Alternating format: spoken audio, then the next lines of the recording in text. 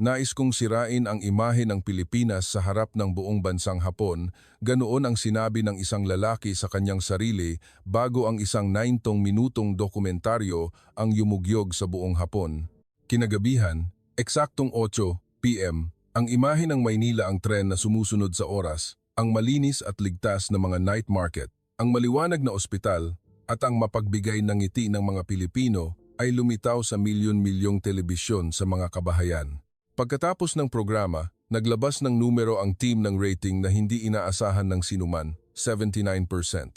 Bumagsak ang website ng istasyon, umapaw ang mga komento, at ang mga pahayagan ay naglabas ng headline na 9 minuto na sumira sa pagkiling ng mga Hapon. Ang video ay nilagyan ng subtitle sa maraming wika at kumalat sa Europa, Amerika at Asia, ngunit isang mahalagang tanong ang nananatili sa ere. Anong uri ng Pilipinas ang naglakas loob na hamunin ang paniniwala ng buong henerasyon ng mga Hapon? Ang sagot ay nagsimula sa isang tao, si Kenji Morita, isang senior producer ng istasyon na dating naniniwala na ang Pilipinas ay para lamang sa murang bakasyon. Ilang buwan bago ang gabing umabot sa 79% ang rating, si Kenji Morita ay isang lalaki na mas may kumpiyansa sa kanyang sariling iniisip kaysa sa kanyang nakikita. Isang umaga, nakatayo siya sa harap ng whiteboard sa maliit na meeting room ng departamento ng programa.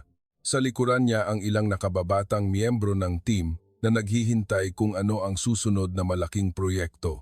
Sa mga araw na ito, puro Pilipinas ang pinag-uusapan ng mga tao. Simula niya sa isang naiinis na tono, walang ngiting ginagamit niya para sa mga espesyal na programa ng bagong taon.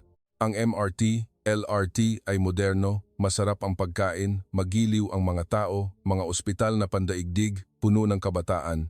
Ang dulo ng magic pen ay lumikha ng isang malaking bilog sa salitang Pilipinas sa gitna ng whiteboard bago ito humila ng mga linya na sumangga sa mas maliliit na salita na pamilyar sa kanya mula sa mga balitang isang panig na naririnig niya. Sa loob ng maraming dekada, trapiko, mga tricycle, ingay sa gabi, agwat sa lipunan. Walang gustong pag-usapan ang hindi ka nais-nais na bahagi, tama ba? Bulong niya at humarap sa kanila. Kung ganoon, tayo ang magpapakita ng tunay na larawan sa mga Hapon. Si Mika, ang nakababatang producer, ay mabilis na nagtaas ng kamay at nagtanong na may pag-aalinlangan, pero marami ring magagandang bahagi ang Pilipinas, di ba? Nakakita ako ng mga larawan ng magagandang simbahan sa Baguio, tila tahimik din doon. Bahagyang umiling si Morita. May mga magagandang larawan ang bawat bansa, dahan-dahan niyang sinabi ngunit malinaw. Ang ating tungkulin ay tumagos sa likod ng mga postcard na iyon upang ipakita kung ano ang tunay na katotohanan sa ilalim. Tahimik na bumukas ang pinto ng meeting room. Pumasok si Ministro Sato na namamahala sa Departamento ng Balita at Dokumentaryo, kasama ang isang folder ng dokumento. Sandali siyang nakinig bago nagsalita sa mahinang boses. Morita-san, naiintindihan ko na gusto mong gumawa ng isang programang direkta, ngunit ang pampublikong media ay hindi dapat kumampi sa isang panig. Hindi tayo hukuman na hahatol sa ibang bansa. Ang babala ay parang malamig na hangin na dumaan sa silid, ngunit sa dibdib ni Morita ay tila siya hinahamon. Kung hindi nila makikita ang masamang bahagi, sino ang magbabala sa kanila? Agad niyang sagot. Ang mga Hapon ay labis na nahuhumaling sa imahe ng Land of Smiles. Panahon na upang ilagay ang katotohanan sa mesa. Bahagyang bumuntong hininga si Sato. Hindi ko sinasabing itago mo ang problema, diin niya sa bawat salita. Tinatanong ko lang kung sigurado ka na ang larawan na nasa isip mo ngayon ay ang buong katotohanan. Sandaling tumahimik si Morita bago sumagot na may higit na kumpiyansa kaysa pagpapakumbaba. Sinusubaybayan ko ang mga balita sa ibang bansa sa buong buhay ko. Nagbabasa ako ng mga ulat tungkol sa kaligtasan ng turista, panloloko, korupsyon. Sa tingin ko, may ideya na ako. Sa kanyang isip, ang Hapon ay isang organisadong bansa na may mataas na pamantayan at moralidad sa lipunan kumpara sa maraming lugar sa Timog Silangang Asya. Ang tahimik na paniniwala na ang kanilang bansa ay mas nakahihigit ay lubhang nakatanim sa kanya kaya't hindi niya alam kung kailan ito naging pagtatangi. Pagkaalis ni Sato, humarap siya sa kanyang team. Okay, mag-focus tayo. Gumuhit siya ng isang malaking kahon sa sulok ng whiteboard at isinulat ang heading na 9 minuto, ang tunay na larawan ng Pilipinas. Sa ilalim nito, sumangga ang mga subheading, trapiko, nightlife sa mga tourist area, agwat sa lipunan sa syudad, madilim na bahagi ng murang paglalakbay. Tahimik na tumingin si Mika sa whiteboard bago muling nagtanong, at ang magandang bahagi, ikukuwento ba natin iyon? Ibinaba ni Morita ang kanyang pen at tumingin sa lahat. Kung may magandang bahagi talaga, lalabas iyon sa footage, sagot niya. Ang ating tungkulin ay pumasok nang walang sinumang gumagawa ng larawan para sa atin. Ang mga salitang walang sinumang gumagawa ng larawan ay sumasalamin sa isa pang bagay. Ayaw niyang pababain ng bagong imahe ng Pilipinas na hinahangaan ng mga bagong henerasyon ang kanyang 20 taong karanasan sa industriya. Nang matapos ang pulong, naglakad siya sa mahabang koridor ng istasyon. Tahimik ang tunog ng kanyang sapatos sa sahig, ngunit malakas ang tibok ng kanyang puso. Kinuha niya ang kanyang telepono at nagpadala ng maikling mensahe sa kanyang asawa, susunod na proyekto, Pilipinas. Ikukuwento ko mamaya.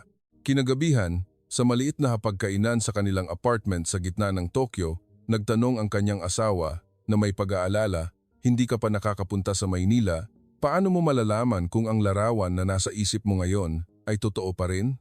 Nagkibit balikat siya, itinaas ang tasa ng tsaa. Hindi nagsisinungaling ang kamera, sagot niya. Puntahan natin ang totoo at pagkatapos ay sasabihin sa buong bansa kung ano ang tunay na land of smiles na mahal ng lahat.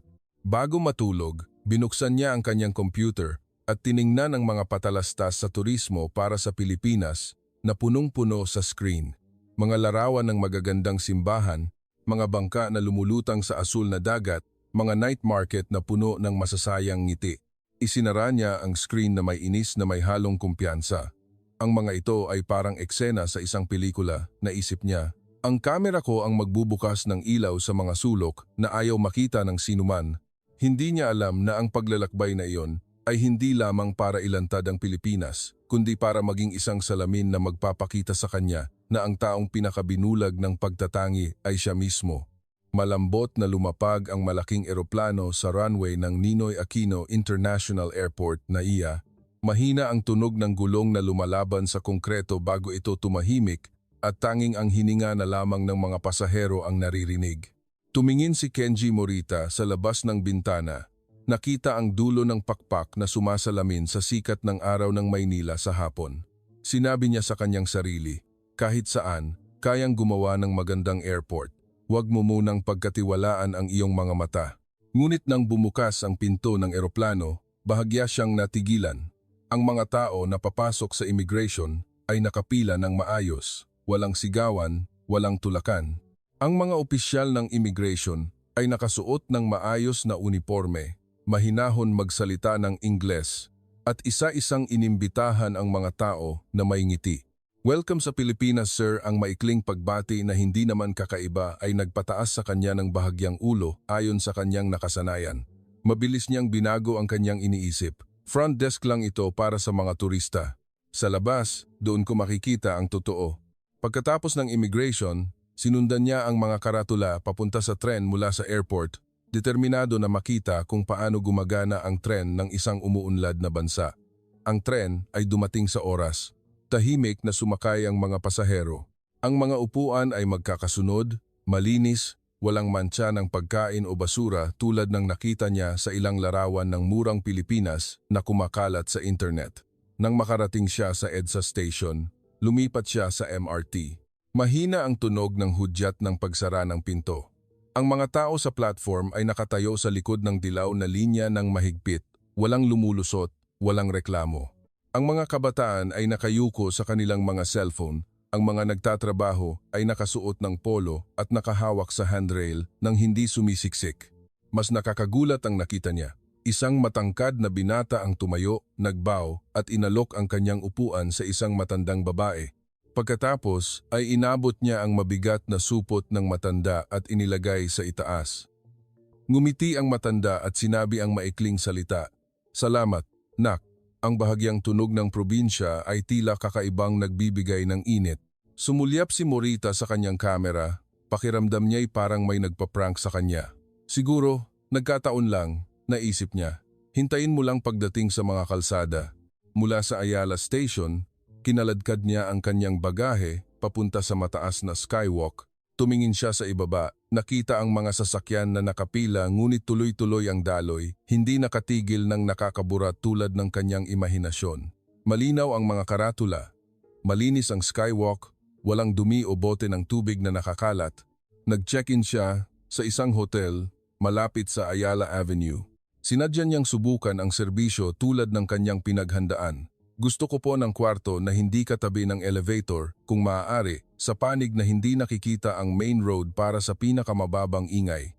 Aircon sa 24 degrees at pakigising ako bukas ng 6:30 AM. Ang maliit na receptionist ay nagbow ng magalang. Opo sir, itatala ko po ang lahat ng detalye. Kung mayroon pa po kayong kailangan, i-dial lang po ang 024 oras po kami. Walang bakas ng pagkainis sa kanyang mga mata, tanging pagtitiyaga sa pagtatala ng maliliit na detalye ng customer. Sandaling tumayo si Morita bago tanggapin ang keycard at umakyat sa kanyang kwarto. Nang gabing iyon, binuksan niya ang kanyang computer at tiningnan ang kanyang paunang plano sa paggawa ng pelikula. Kondisyon ng trapiko, madilim na sulok ng nightlife, agwat sa lipunan sa gilid ng ilog. Ang bawat heading ay tila matibay, ngunit ang footage na kanyang nakuha hanggang ngayon ay hindi tugma sa alinman sa mga salitang iyon. Maaga kinaumagahan, tumunog ang telepono sa kanyang kwarto eksaktong 6:06 AM. Good morning. This is your wake-up call. Nang bumaba siya sa breakfast area, may isang maliit na card sa mesa na nakasulat sa kamay. Ginoong Kenji, ang napakatahimik na sulok na inyong hiniling. Sinubukan niyang umorder ng mas detalyadong kape, lugaw na may kaunting luya, walang sibuyas, at pritong itlog na walang sunog na gilid. Hindi nagtagal, ang lahat ay inilapag sa harap niya, eksaktong ayon sa kanyang hiling hanggang sa nakakagulat. Ang lasa ay mas masarap pa kaysa sa kanyang inaasahan. Pagkatapos ng pagkain, kinuha niya ang kanyang kamera at naglakad sa Ayala Avenue, determinado na makahanap ng tunay na larawan. Lumiko siya sa isang maliit na eskinita, nakakita ng tindera na nagtitinda ng kakanin, ihaw-ihaw, amoy na amoy ang bango. Maikli ang pila ng mga customer, ngunit walang lumulusot. Lahat ay nag-aabot ng pera, tumatanggap ng supot habang nagpapasalamat ng hindi nagmamadali. Sinubukan niyang pumasok sa malapit na 7-Eleven. Malinis ang tindahan, malamig ang aircon. Maayos na nakapila ang mga tao sa cashier. Ang tao sa counter ay nagbow sa bawat customer na nagbabayad. Salamat po. Balik po kayo, ang sabi niya. Nagsimulang maramdaman ni Morita na parang nasa ibang Maynila siya na hindi tugma sa larawan sa kanyang isip sa loob ng 10 taon.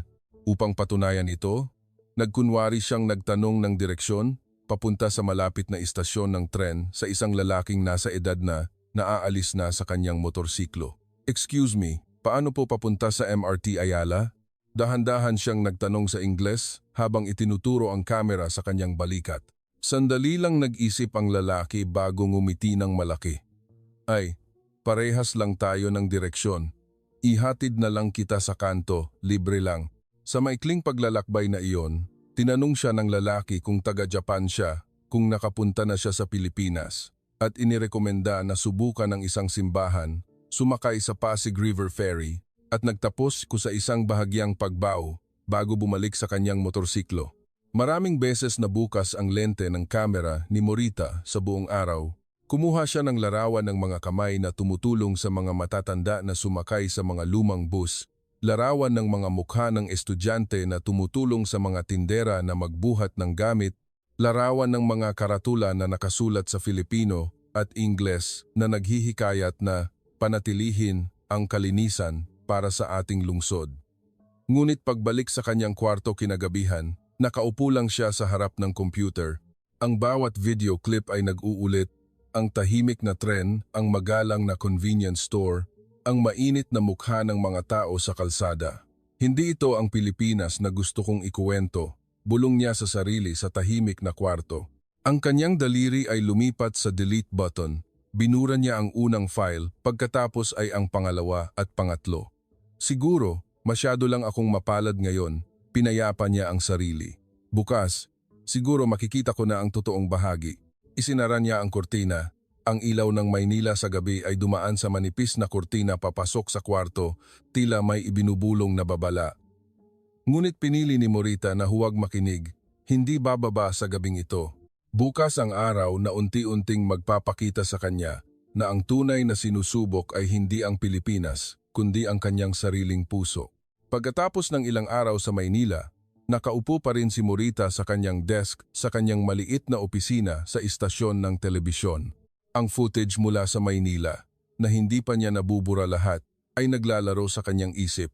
Ang mga larawan ng organisadong tren, ang malinaw at tapat na, "Salamat po," na hindi maaaring baliwalain.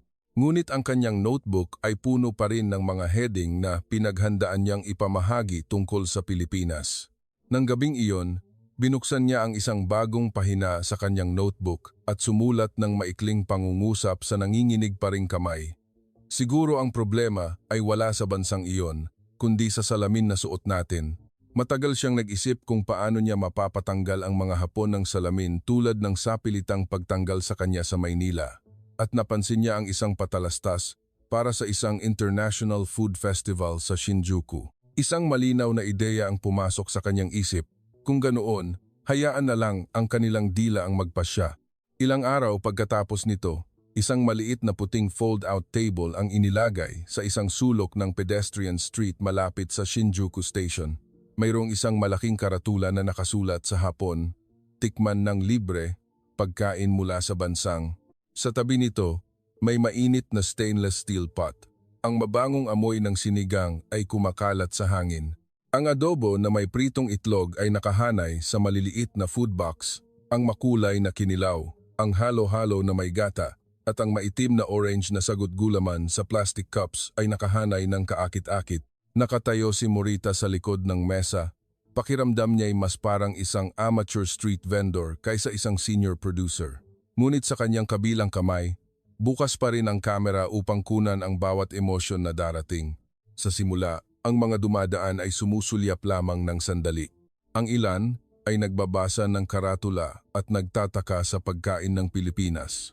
Ang ilan ay ngumingiti ng magalang at nagpapatuloy sa paglalakad. Hindi niya maiwasang isipin na baka nababaliw na talaga siya sa paglalagay ng pagkain mula sa isang bansa na marami pa ring tingin na maanghang, maalat at hindi malinis sa gitna ng Tokyo.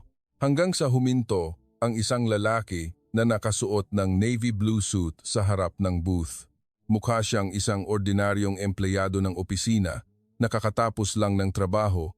Nakasabit pa sa kanyang balikat ang kanyang briefcase. "Ito ba ang adobo na madalas pag-usapan ng mga tao?" Tanong niya sa tono na kalahating nag-aalangan, kalahating gustong subukan. Ibinigay ni Morita ang maliit na sample box. Ginuhit ng lalaki ang karne at kanin gamit ang chopsticks at isinubo. Nagbago ang kanyang ekspresyon sa isang iglap. Malinaw ang amoy ng bay leaf, aniya. Pero hindi masyadong matapang. Tamang-tama ang alat. At mas malambot ang kanin kaysa sa inaasahan ko. Kinain niya ang pangalawa at pangatlong subo hanggang sa maubos ang box bago bumulong. Pakiramdam ko, parang lutong bahay namin ito, pero may mas malalim. Parang gumigising sa mga tao mula sa pagkaantok sa hapon. Kinuha niya ang kanyang telepono at tinawagan ang isang kasamahan. "Hoy, pumunta ka sa Shinjuku. May napaka-interesanting subukan sa harap ng istasyon." Hindi nagtagal, dalawang mag-asawa na may edad na at nakasuot ng light-colored winter jackets ang lumapit sa sinigang pot. Ang amoy ng tanglad, dahon ng kaffir lime, at pinatuyong sili ay umabot sa kanilang ilong. "Tila maanghang, pero mukhang masarap din," sabi ng isa. Tumawa ang isa pa, "Kaunting tikim lang, siguro okay lang." Sa edad nating ito, ano pa ang kinatatakutan? Nang ininom niya ang unang subo ng sabaw ng sinigang, lumaki ang kanyang mga mata. Wow! Maasim, maalat, mabango, pero hindi masyadong maalat. Layered ang lasa, parang kumakain ng sabaw na may kuwento. Humarap siya sa kanyang kaibigan. Pakiramdam ko, parang isang bersyon ng miso soup na gumigising sa puso at dila ng sabay. Pareho silang umubos ng tasa at humingi pa ng larawan ng karatula ng Pilipinas. Sunod ay isang pares ng magkasintahan na estudyante na nakatitig sa maitim na orange na sagot gulaman na may kuryosidad. Ito ba ang Filipino tea na nakikita ko sa mga series? Tanong ng babae. Opo, medyo matamis, pero malalim ang lasa ng tsaa. Subukan nyo, sagot ni Morita habang iniaabot ang tasa.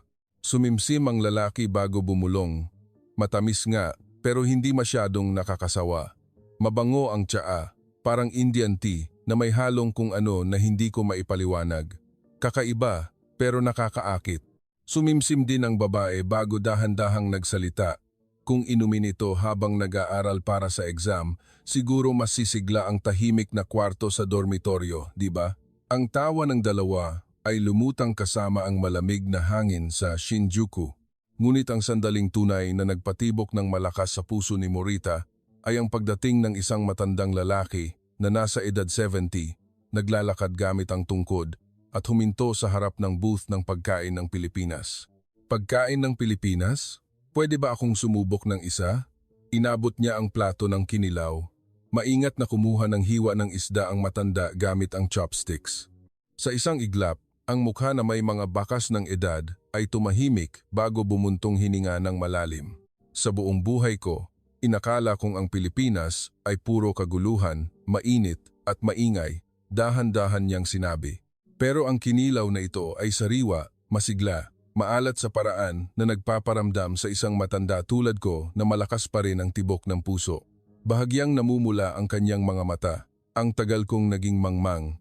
Inihusga ko ang buong bansa mula sa ilang balita, mula sa mga kuwento ng mga turistang mabilis na naglakbay at umuwi. Gayong sa totoo, napakalaki ng kanilang panlasa at kultura sa isang plato ng pagkain. Nagsimulang dumami ang mga tao sa paligid. Ang mga tanong ay nagsimulang dumaloy. May malapit bang restaurant ng Pilipino dito? Kung pupunta ako sa Maynila, ano pa ang dapat kong subukan? Saan ako makakabili ng ganitong kinilaw sa Tokyo? Tiningnan ni Morita ang eksena sa kanyang harapan. Ang mga Hapon na nakatayo ng maayos, naghihintay na makatikim ng pagkain mula sa bansa na dating tiningnan niya ng may mababang tingin. Binuksan niya muli ang kanyang notebook at malinaw na isinulat ang isang pangungusap. Hindi kailanman nagsisinungaling ang dila. Isang salita lang ang kayang magpatunaw ng dekada ng pagtatangi. Ang malamig na simoy ng hangin ng taglamig ay dumaan sa Shinjuku, ngunit sa kanyang puso ay nakaramdam siya ng kakaibang init. Hindi pa niya alam na ito ay simula pa lamang ng pagtanggap na ang taong kailangang magbukas ng isip ng husto ay hindi ang buong publiko, kundi siya mismo. Pagkatapos ng araw na iyon, kung saan inilagay niya ang mga pagkain ng Pilipinas sa gitna ng Shinjuku, bumalik si Morita sa kanyang desk, kasama ang notebook na puno ng mga salitang malalim, mainit, ngunit sa isang bahagi ng kanyang puso ay nananatili pa rin ang pagtutol. Siguro, ang pagkain ay nagpapahina sa mga tao, naisip niya. Ang mabangong amoy, ang alat, ang tamis ay maaaring magpabali sa mga tao na gamitin ang kanilang rason. Nang gabing iyon, binuksan niya ang isang bagong pahina ng notebook at isinulat ang heading sa itaas. Kung walang bandila, walang brand, pipiliin pa rin ba tayo ng mga Hapon? Ang ideya ay pumasok ng malinaw na parang naririnig niya ito. Kailangan niya ng isang patas na test environment sa pagitan ng mga produkto mula sa Japan at Pilipinas, isang environment kung saan walang sinuman ang nakakaalam kung alin ang kanino maliban sa tunay na kalidad. Ilang linggo pagkatapos nito, isang maliit na studio sa Shinjuku ang inihanda. Malinis ang puting dingding. Isang mahabang mesa sa gitna ang may simpleng kulay abo na kurtina. Sa mesa nakalagay ang 2 uri ng skincare bottles, 2 brand ng instant noodles, 2 toaster, at 2 set ng kitchen knives. Ang bawat logo ay tinakpan ng puting paper tape. Ang maliliit na karatula na A at B lamang ang natitirang simbolo. Tiningnan ni Mika ang eksena nang may kakaibang pakiramdam. Parang psychological laboratorio ito kaysa TV studio, aniya. Maikling sumagot si Morita. Sinasabi natin sa mga manonood na ginagawa natin ito para sa katotohanan. Kung ganoon, kailangan nating hayaan ang katotohanan na subukan tayo. Ang mga kalahok ay inimbitahan ng paisa-isa. Isang babaeng nasa edad 40 na mahilig mag-alaga ng balat ang unang dumating. Hiniling sa kanya na pahiran ng lotion mula sa bote A sa kanyang kaliwang kamay at bote B sa kanyang kanang kamay. na nakapikit ang mata upang walang makita. Ang kaliwa ay medyo malagkit at malakas ang amoy, sabi niya. Ang kanan ay mas mabilis na maabsorb, mas malambot ang balat, at malinis ang amoy, hindi matapang. Kung pipili ako ng bibilhin, alin ang pipiliin mo? Tanong ni Morita. Hindi na kailangang mag-isip. Ang kanan. Sa kanyang maliit na talaan, nakasulat ang salitang produkto mula sa Pilipinas sa tabi ng letrang B, ngunit hindi alam ng kalahok. Dalawang estudyante ng unibersidad ang inimbitahan na umupo sa harap ng dalawang mangkok ng instant noodles na inihanda sa parehong kondisyon. Pareho silang maingat na sumimsim at kumain ng noodles, nagpapalit-palit ng mangkok. Ang kaliwa ay direkta ang lasa pero medyo patag, sabi ng isa. Ang kanan, mas layered ang sabaw, parang may kung anong herbs, mas mabango ang amoy at mas masarap kainin ang noodles. Sa huli, pareho silang pumili ng parehong mangkok, ang mangkok na mula sa instant noodles ng Pilipinas. Isang lalaking nasa edad 60 na may-ari ng isang maliit na tindahan sa labas ng Tokyo ang inimbitahan na subukan ang dalawang toasters. Ang isang ito ay maingay at napakaraming button. Itinuro niya ang unang toaster. Ang isa pa, mas kaunti ang button, sapat lang ang function at mas tahimik. At ang mahalaga, mas pare-pareho ang itsura ng tinapay. Bahagya siyang tumawa bago magsalita. Buhay ko na ang mga appliances. Pakiramdam ko, mas naiintindihan ng nagdisenyo ng pangalawa ang isang matanda na makakalimutin tulad ko. Ang pinili niya ay isang brand na nag-invest sa paggawa malapit sa Maynila. Sa buong araw, parami ng parami ang mga numero sa papel. Karamihan sa mga sumubok ay pumili ng skincare mula sa panig A o B, instant noodles, mga gamit sa kusina. Nang matapos ang huling pagsubok, isinara ni Morita ang folder, huminga ng malalim at dahan-dahang pinagsama ang resulta. 73% ng mga sumubok ay pumili ng mga produkto mula sa Pilipinas. Tumahimik ang kwarto hanggang sa marinig ang tunog ng orasan na tumitiktak. Tiningnan ni Mika ang mukha ng kanyang boss, hindi sigurado kung magagalit ito o matatawa. Nakayuko si Morita at tumingin sa numero ng ilang sandali bago kinuha ang panulat at dahan-dahang sumulat ng mahabang pangungusap sa kanyang notebook. Ang mga numero ay hindi marunong ng pagtatangi. Sila ay sumasalamin lamang sa kalidad na nasa harapan. Magmula man sa Tokyo o Maynila, alam niya na siya mismo ang niloko niya sa paniniwalang mas nakahihigit ang Japan sa lahat ng aspeto dahil hindi niya kailanman pinayagan ang patlang ng laban na maging patas tulad nito. Lumapit ang isang staff ng suporta at mahinang nagtanong, ipapalabas ba natin ang lahat ng resulta ng walang putol? Muling tiningnan ni Morita ang graph bago tumango.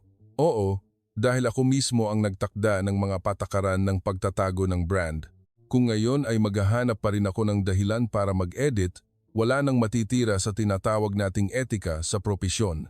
Pakiramdam niya ay may kung anong nasira sa kanyang sarili. Ang kumpiyansa ng isang malaking bansa na dating tumitingin sa mga kapitbahay bilang murang destinasyon lang. Ngunit kasabay nito, nakaramdam din siya ng kakaibang ginhawa, parang inilapag niya ang isang mabigat na bagahe na dinala niya sa buong buhay niya sa sahig. Siguro, hindi tayo nawalan ng dangal ng Japan, tahimik niyang naisip, kundi ibinalik natin ang dangal ng katotohanan. Nang gabing iyon, habang naglalakad pa uwi sa mga kalsada ng Tokyo na puno ng neon lights, nakita niya ang isang maliit na restaurant ng Pilipinas sa kanto. May larawan ng bandila ng Pilipinas na nakatayo sa tabi ng logo ng restaurant. Tahimik siyang tumigil at tiningnan ito ng matagal bago kinuha ang kanyang kamera at kinuna ng larawan, hindi para ilantad, hindi para magtago, kundi para itala ang tinig ng bagong panahon na bumubulong sa buong bansang Hapon na hindi na umiikot sa kanila ang mundo. At ang bansa na dati nilang tinatawanan, tulad ng Pilipinas, ay maaaring nangunguna sa kanila sa maraming aspeto nang hindi man lang natin inaamin sa ating sarili. Sa screen ng computer, nilibot ni Morita ang mga graph at numero mula sa pagsubok ng produkto ng Pilipinas at Japan paulit-ulit. Ang 73% na pumili sa panig ng Pilipinas ay tila sumasayaw sa kanyang harapan. Ngunit sa kanyang isip, ibang tunog ang naririnig niya. Ang tawa ng mga tao na tumitikim ng adobo, sinigang, kinilaw noong isang araw. Ang pagkain ay nagsalita na Ang mga produkto ay nagsalita na, naisip niya. Ang natitira na lang ay ang tinig ng mga taong tunay na naglalakad sa mga kalsada ng Maynila. Isang Sabado ng umaga, umalis siya sa bahay kasama ang isang maliit na kamera at mikropono. Naglakad siya papunta sa Shibuya Crossing, kung saan abala ang mga tao. Ang neon lights ay nagtatapat sa kulay abo na kalangitan ng Tokyo. Inilagay niya ang kamera sa isang anggulo kung saan nakikita ang pedestrian lane at sumulat ng maliit na karatula. Nakapunta na po ba kayo sa Pilipinas? Maikling interview po. Maraming tao ang dumaan ng magalang ngunit nagmamadali. Hanggang sa huminto ang isang babae na nakasuot ng beige suit, may dalang maliit na briefcase at binasa ang karatula. Bahagya siyang tumawa at tumango. Nakapunta na po ako sa Maynila ng 2 beses. Maikling weekend trip lang po. Nang magsimulang mag-record ang camera, isinalaysay niya na sa simula, inakala niyang mas magulo ang Maynila kaysa sa nakikita niya sa balita. Ngunit nang sumakay siya sa MRT sa unang pagkakataon, nagulat siya na tahimik na nakapila ang mga tao, walang tulakan. Ang mga upuan para sa matatanda, buntis at may kapansanan ay inaalok ng kusa nang hindi kailangan ng opisyal na magpaalala. Sa sangay ng kumpanya namin sa Pilipinas na pinuntahan ko para mag-aral, mas mahinahon magsalita ang boss. May mga salitang, dito tayo mag-usap, ayaw kong i-pressure ka. Ngumiti siya ng bahagya. Ito ay isang uri ng paggalang na hindi sa pilitan, kundi pag-aalaga sa damdamin ng tao sa harapan. Itinala ni Morita ang salitang paggalang na may init sa kanyang notebook. Hindi nagtagal, isang mag-asawa na nasa edad 60 ang lumapit. Sinabi nila na kakagaling lang nila sa Baguio at Boracay upang ipagdiwang ang kanilang ika-30 anibersaryo ng kasal. Inaakala ko na ang Pilipinas ay puro Ayala Avenue at mga party sa beach lang, sabi ng asawang lalaki. Ngunit ang Baguio sa madaling araw ay tahimik at malamig, parang nasa lumang simbahan sa Kyoto, tanging ang tunog ng ibang dasal ang naririnig. Dagdag ng asawang babae, naglakad kami sa night market sa Baguio hanggang gabi, nagulat kami na ligtas doon. Karamihan sa mga tindahan ay hindi sumisigaw para tawagin ang mga customer, kundi ngumingiti lang. Kung interesado kami, lalapit kami para magtanong. Kapag bumili kami ng gamit, magpapasalamat sila at magbibigay ng maliit na regalo parang bisita kami kaysa customer. Pareho silang tumawa nang ikuwento nila na habang nakasakay sila sa bangka sa Boracay, umulan ng malakas. Kinuha ng bangkero ang kanyang kapote at ipinansapin sa asawang babae. At sinabi, okay lang po ako mabasa, sanay na po ako. Ang ganitong kabutihan ay nagpapabago sa tingin naming mga matatanda sa Pilipinas pagtatapos ng asawang lalaki. Sa hapon, isang grupo ng 3 estudyante na nakasuot ng casual clothes ang huminto at tiningnan ang mic. Kakagaling lang nila mula sa isang backpack trip sa Maynila, Baguio at La Union. Inakala ko na ang Pilipina ay puro party lang, sabi ng isa sa kanila habang tumatawa. Pero nang pumunta kami doon, masaya nga, pero isang uri ng saya na hindi nakakasakit ng iba. Ang mga lasing ay hindi nanggugulo, ang mga sumasayaw ay nagtatapon pa rin ng basura sa tamang lalagyan. Dagdag ng isa pa, impresyonado ako sa mga simbahan sa Maynila. Ang mga kabataan ay nagpupunta rin para magdasal, umupo ng tahimik. Ang kanilang buhay ay parang may 2 mode, ganap na masaya at ganap na tahimik. Sa tingin ko, marami sa atin, mga Hapon, ang nakalimot sa tahimik na mode. Ngunit ang taong nagpatamihik kay Morita nang matagal ay isang payat na binata na lumapit ng nag-aalangan na may bahagyang nakatagilid na mga mata na tila may gustong sabihin ngunit hindi naglakas loob. Nagbow siya nang hindi gaanong sanay sa paraan ng Pilipino bago magsalita sa Hapon na may bahagyang accent ng Filipino. Ako po si Takeru. Nag-aaral po ako ng Filipino. Nang tanungin ni Morita kung bakit Filipino ang pinili niyang pag-aralan, gayong karamihan ay nag-aaral ng Ingles o Chinese, sandali siyang nag-isip bago sumagot. Nang nasa Tokyo ako, pakiramdam ko, mabait ang mga tao sa paligid ko pero may pader. Nakakapag-usap kami, nakakatawa, pero sa isang punto, parati kaming tumatama sa isang hindi nakikitang pader. Nakipag-inuman ako sa mga kasamahan sa trabaho at sinabi namin na mag-uusap kami ng maluwag, pero kinaumagahan, bumalik na naman ako sa pagiging outsider. Kinuwento niya na nang mag-internship siya sa Maynila, inanyayahan siya ng kanyang mga kasamahan na Filipino na kumain sa isang street food stall, ipinakilala siya sa kanilang pamilya at inanyayahan sa isang church event. Sinabi nila sa akin na kung may problema ako, sabihin ko lang, magkapatid tayo. Hindi ka customer, hindi ka lang dayuhan na kailangan magpakamagalang kundi tunay na kasama sa kanilang bilog. Sumigla ang mga mata ni Takeru nang pag-usapan niya ang kanyang mga kaibigang Filipino. Kapag kasama ko ang mga kaibigang Filipino, hindi ko kailangan magsuot ng maskara sa lahat ng oras. Kung minsan, pagod ako, masasabi ko, pagod po ako. Sasabihin nila, okay lang, tutulungan ka namin. Hindi nila sinasabing magtiis ka ng tahimik tulad dito. Mahinang nagtanong si Morita, at ano ang gusto mong gawin pagkatapos nito? Ngumiti si Takeru. Sinabi niya na pagkatapos ng pag-aaral, lilipat siya sa Maynila upang magtrabaho sa isang kumpanyang Filipino. Bagaman hindi pa naiintindihan ng kanyang mga magulang, pakiramdam niya ay doon sa syudad na iyon siya makakahinga ng maluwag ang kanyang puso. Gusto ko ring ibalik ang warmth na paggalang at ang kabutihan na naranasan ko sa Pilipinas para ikuwento sa mga Hapon, sabi niya. Siguro, mahusay tayo sa sistema pero nakalimutan na natin kung paano yakapin ang isa't isa. Nang gabing iyon, habang nagsisimulang lumiwanag ng husto ang mga ilaw ng Shibuya, nakaupo si Morita nang mag-isa sa isang bangko, malayo sa walang humpay na tawiran ng mga tao. Binuksan niya ang kanyang notebook at sumulat ng mahabang pangungusap sa mas matatag na sulat kamay kaysa dati. Ang tinig ng mga nakapunta na sa Pilipinas ay mas mahinahon, ngunit mas mainit at mas maliwanag. Ang tinig ng mga hindi pa nakakapunta ay malakas ngunit puno ng takot at pagtatangi.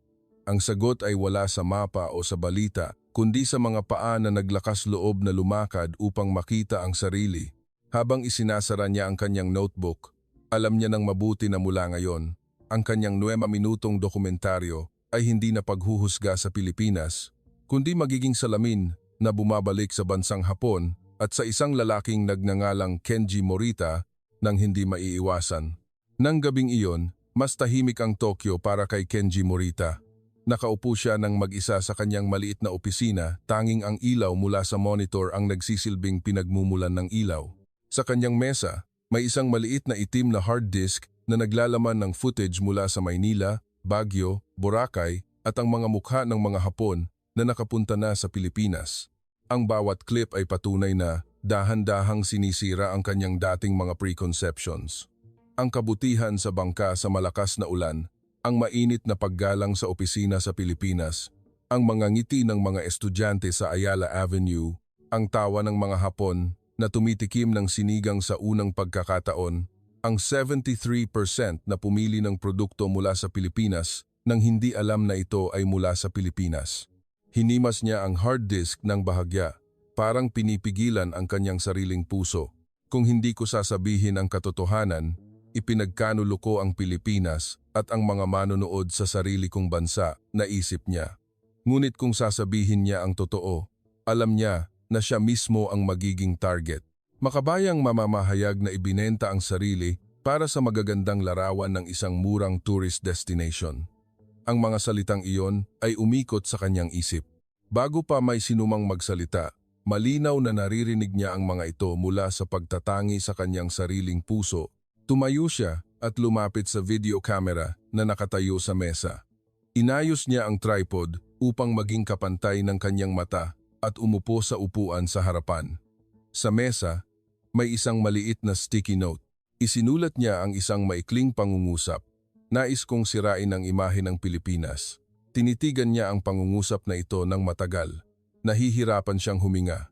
Pinindot niya ang maliit na button at nagsimulang mag-record ang camera. Umilaw ang maliit na pulang ilaw. Ako po si Kenji Morita, producer ng istasyon, simula niya sa kanyang karaniwang panimulang pangungusap. Ngunit nang dumating sa mahalagang pangungusap, nanginginig ang kanyang boses. Nais kong gawin ang programang ito upang pababain ang Pilipinas. Huminto siya ng tahimik. Agad na lumakas ang tunog ng aircon sa kwarto. Puno ng luha ang kanyang mga mata sa paraang hindi niya inakala na papayagan niyang makita ng kahit sino ng madali. Agad niyang pinindot ang stop at binura ang file. Sinubukan niya ulit, pangalawang beses, pangatlong beses. Minsan, nakakapagsalita siya ng kalahating minuto. Minsan, sa pagbanggit pa lang ng salitang Pilipinas, pakiramdam niya ay may bumabara sa kanyang dibdib. Kailangan niyang lumayo sa kamera, huminga ng malalim at subukan ulit. Halos 1 oras bago siya nakagawa ng footage ng confession na halos 1 minuto ang haba. Medyo paos ang kanyang boses, ngunit direkta. Dating tiningnan ko ang Pilipinas sa malabong salamin na puno ng pagtatangi. Akala ko, alam ko ang lahat. Gayong hindi pa ako nakatayo sa Ayala Avenue, hindi pa ako nakarinig ng, okay lang, tutulungan ka namin, ng personal. Ang paggawa ng pelikulang ito ay hindi nagpabago sa Pilipinas, kundi nagpabago sa akin. Kinaumagahan, sa editing room, tahimik ang team, hindi karaniwan. Paulit-ulit na pinindot ni Mika ang play button para sa confession video na iyon. Sa bawat pagdinig ng pangungusap na, nais kong sirain ang imahe ng Pilipinas. Lalong bumibigat ang kapaligiran sa kwarto. Nang tumahimik ang tunog, itinaas ni Mika ang kanyang ulo, bahagyang namumula ang kanyang mga mata. Kung ipapalabas natin ito, wala nang atrasan, aniya. Bahagyang ngumiti si Morita, parang isang taong tinanggap na ang kanyang kapalaran. Alam ko, sagot niya. Ngunit kung hindi natin ito ipapalabas, ang lahat ng footage, lahat ng numero, lahat ng tinig ng mga taong nakapunta ay magiging palamuti lang sa ating isipan. Nang hapon na iyon, dala niya ang hard disk at ang sample DVD at naglakad patungo sa opisina ni Ministro Sato. Ang unang 90 minutong preview ay ipinalabas sa tahimik na kwarto. Tanging ang hininga at ang tunog ng video player ang naririnig. Ang mga imahe ay nagpapalit-palit. Ayala Avenue, ang kalangitan ng Baguio sa umaga, ang tabing dagat ng Boracay, ang studio ng pagsubok ng noodles, ang kinilaw sa kamay ng matandang lalaking nasa edad 70, si Takeru, ang binatilyong Hapon na nagsasalita ng Filipino nang may ngiti at bumalik sa mukha ni Morita sa harap ng kamera. Nang matapos, tahimik ang kwarto, matagal na nakaupo si Sato, hanggang sa marinig ang tunog ng uwak mula sa labas ng bintana. Sa huli, dahan-dahan siyang nagsalita. Ang tungkulin ng pampublikong media ay protektahan ang katotohanan, hindi ang ilusyon ng huwad na dangal. Ngunit kailangan mo ring malaman na ang katapangang ito ay may presyo. Malalim na yumuko si Morita. Handa po akong magbayad. Ilang araw pagkatapos nito, ang executive meeting room ay puno ng mga debate. Ang ilan ay binagsakan ang folder sa mesa. Sinabing mapanganib ang programang ito sa damdamin ng mga Hapon. Ang ilan ay sumagot na, kung hindi tayo maglalakas loob na tingnan ang ating mga kapitbahay ng patas, paano tayo magtuturo ng demokrasya at kapayapaan sa iba? Nang humina ang lahat ng tinig, humarap ang direktor ng istasyon kay Morita. Sigurado ka ba talaga? Naalala ni Morita ang maraming mukha ng mga Pilipino na kanyang nakilala. Ang tindera ng kakanin, ihaw-ihaw na nagbigay ng libreng karagdagang supot, ang bangkero na nagbigay ng kapote sa matandang babae, ang taxi driver na nagsabing, okay lang po, tutulungan ka namin. Naalala niya ang boses ni Takeru na nagsabing sa Maynila, nakakahinga siya ng maluwag. Malinaw niyang sinagot, opo, sigurado po ako.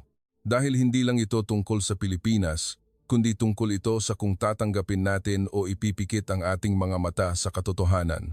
Nagpasa ang pulong ng desisyon na magbigay ng 9 minuto, hindi hihigit, hindi bababa. Gabi bago ang broadcast, nakaupo si Morita sa harap ng editing screen sa huling pagkakataon. Pinili niyang ilagay ang kanyang sariling confession sa simula ng programa upang makita ng mga manonood ang simula ng paglalakbay na ito. Pagkatapos, inayos niya ang mga imahe ng pagkain ng Pilipinas, ang pagsubok ng produkto na walang brand, ang tinig ng mga Hapon na nakaranas ng kabutihan at paggalang ng mga Pilipino. Ang huling narration na isinulat niya sa script ay, malapit tayo sa Pilipinas, ngunit pinili nating tingnan sila sa pamamagitan ng ulap ng pagtatangi ng masyadong matagal. Panahon na para itapon ng mga Hapon ang lumang salamin at tingnan ang ating mga kapitbahay nang walang takip sa mata. Nang matapos ang script, lumabas siya sa editing room at naglakad sa mahabang koridor ng istasyon. Ang neon lights sa kisame ay nagliliwanag sa malayo.